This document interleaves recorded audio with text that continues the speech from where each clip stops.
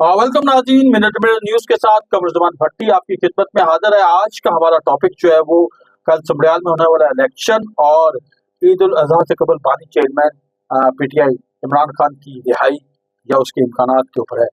कल के इलेक्शन के ऊपर अगर बात की जाए तो आप कह रहे हैं कि हैरान कुन नताइज थे, क्योंकि 2024 के इलेक्शन में जो विनिंग कैंडिडेट की लीड थी वो 8-9 हज़ार के दरमियान थी। अरशद वराई जो थे वो मुस्लिम लीग नून के कैंडिडेट थे और उन्होंने तकरीबन 57-58 हज़ार के करीब वोट लिए थे और उनके मुकाबले में निशात मोहम्मद ने जो थे वो 49 हज़ार वोट लिए थे, तो तकरीबन 8 हज़ार का फर्क था। और जबकि पीपल्स पार्टी के उम्मीदवार जो उस वक्त थे उन्होंने तकरीबन 1800 के करीब वोट लिए थे, चौथे नंबर पे थे। और वहाँ पे लब्बैक का उम्मीदवार तीसरे नंबर पर था। लेकिन अभी जो इलेक्शन नतीजे हैं वो इस हवाले से हैरानकुन है कि इसमें लीड डबल हो गई है। यानी कि इस वक्त जो मुस्लिम लीग नून की उम्मीदवार हैं हिना अरशद वड़ैच, उन्होंने 39,000 वोटों की तकरीबन लीड जो है वो उनको मारी है।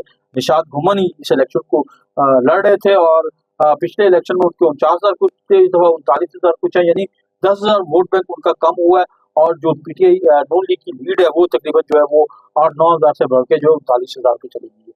पीपल्स पार्टी ने थोड़ा सा गेन किया है कि पिछली बार 18,000 वोट थे, इस दफा उनका 6,000 समथिंग तकरीबन 7,000 के करीब वोट है।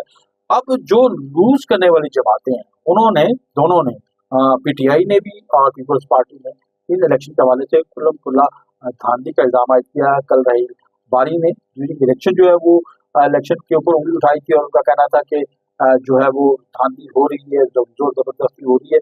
और जो हसन मुर्तजा उन्होंने तो कहा कि आपको फॉर्म 47 के नतीजे तो मिल जाने, तो आपको क्या जरूरत धांधली करने की। लेकिन दोनों कोई डॉक्यूमेंट ऐसा नहीं दे पाए। बहरहाल ये बात आज पीटीआई के जो कैदीन है उन्होंने भी उठाई। सलमान अकरम राजा ने, अहमद खान बचर ने, इसी तरीके से पीटीआई के और बाकी जो है उन्होंने यहाँ पे प्रेस कॉन्फ्रेंस की लाहौर में, लाहौर प्रेस क्लब में, उसमें भी उन्होंने इन इलेक्शन को खुल्लम खुल्ला मजाक करार दिया और उनके ऊपर जो उन्होंने खासी उंगली उठाई है।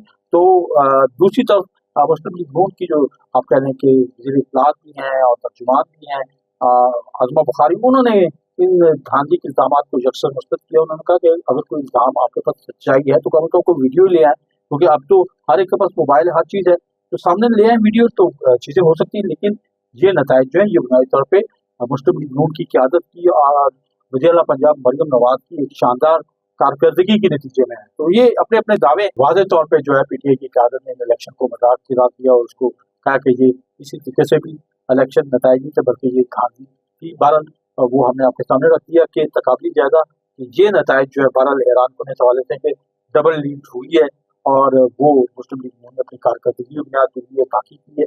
अभी शाहिद का इंतजार है, क्योंकि ये जो है ये चैलेंज किया है अज़मा बुखारी ने कि कम से कम आपको वीडियो दें। जब कोई मुस्लिम लीग जब कोई पीटीआई की तरफ या पीपल्स पार्टी की तरफ वीडियो आएगी तो वो भी हम आपके सामने रखेंगे।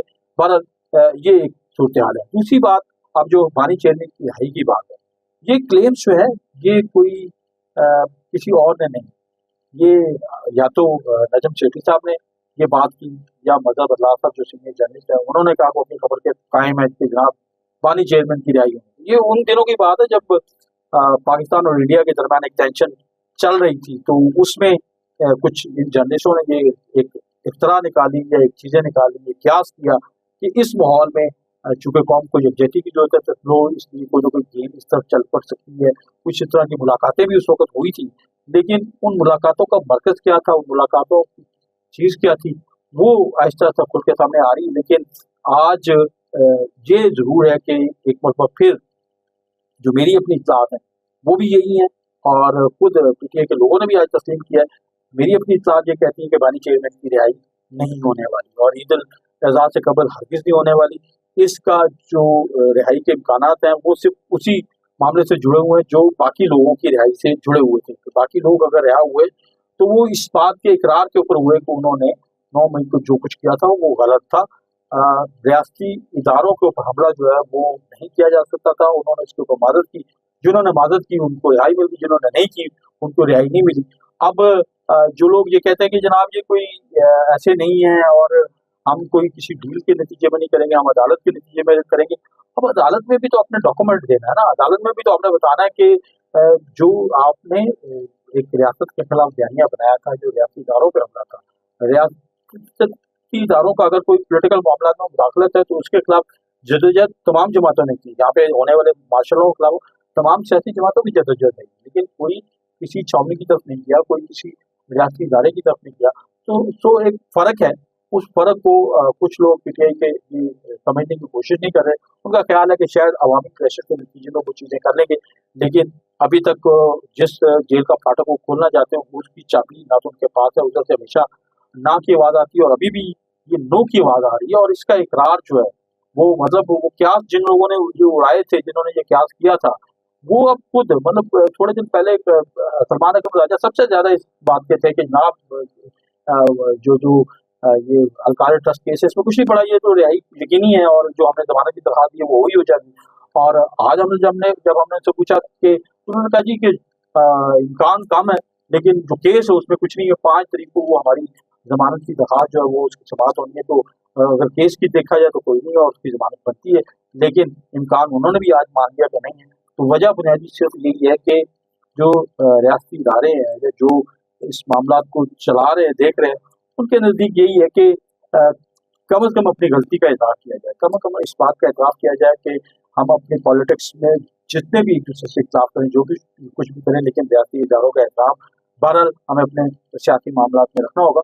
और जो माफ़ीनामा है, वो या जो इकरारनामा है, जो इज़हार सूरत-ए-हाल का, वो वही है कि जिस तरीके से पहाड़ों पर जाने वालों को जब वो इकरार करते हैं, जब वो इस बात का इज़हार करते हैं कि जी पहाड़ों पे जाना हमारी गलती थी, तो फिर उनको रियासत माफ़ भी करती है, वहाँ जैसा किरदार भी अदा करती है। तो या तो इस तरफ आ जाए। अब चूँकि पीटीआई की क़यादत इस तरफ अभी तक आने को तैयार नज़र नहीं आ रही। उनका ख़्याल है कि शायद एक दबाव और इसीलिए आज भी एक मरतबा फिर जो है पीटीआई की तरफ से जो है वो एक दबाव की सियासत जो उसका इज़हार किया गया है कि मुज़ाहमत की सियासत करेंगे। एक तहरीक लॉन्च की जा रही है, उस तहरीक का ऐलान जो इमरान खान खुद कर रहे हैं। तो देखिए वो तहरीक कितनी कामयाब होती है, क्योंकि तहरीक के कई मराहिल आए हैं, 9 मई को भी हुआ है, फिर हमने 26 नवंबर को भी देखा है। सारे मराहिल में अब नए तर्ज के अंदाज में कि जी मुल्क के मुख्तलिफ एरियाज में वो एहतजाज होगा, देखें वो कितना कामयाब होता है। लेकिन अभी तक जो इलेक्शन नताइज आए हैं, उसमें भी लग रहा है कि कुछ पॉपुलैरिटी गिरी है और लोग जो है कुछ नॉर्मलाइजेशन चाहते हैं सियासत में ये जो बेचैनी की सूरत-ए-हाल है, इसको खत्म करना चाहते हैं। लोग अपने बाकी इश्यूज जो है बिजली, गैस, महँगाई, इनके ऊपर बात करने के लिए अपनी सियासी क़यादत से चौंक उठते हैं। देखते हैं क्या होता है। बहरहाल अभी मैं अपने हवाले से ये आपको बता रहा हूँ कि बानी चेयरमैन की इज़हार से कबल रिहाई जो वो बिल्कुल नज़र नहीं आती। अब देखते हैं आगे क्या होता है और तहरीक कामयाब होती है या नहीं होती, वो भी वक़्त बताएगा।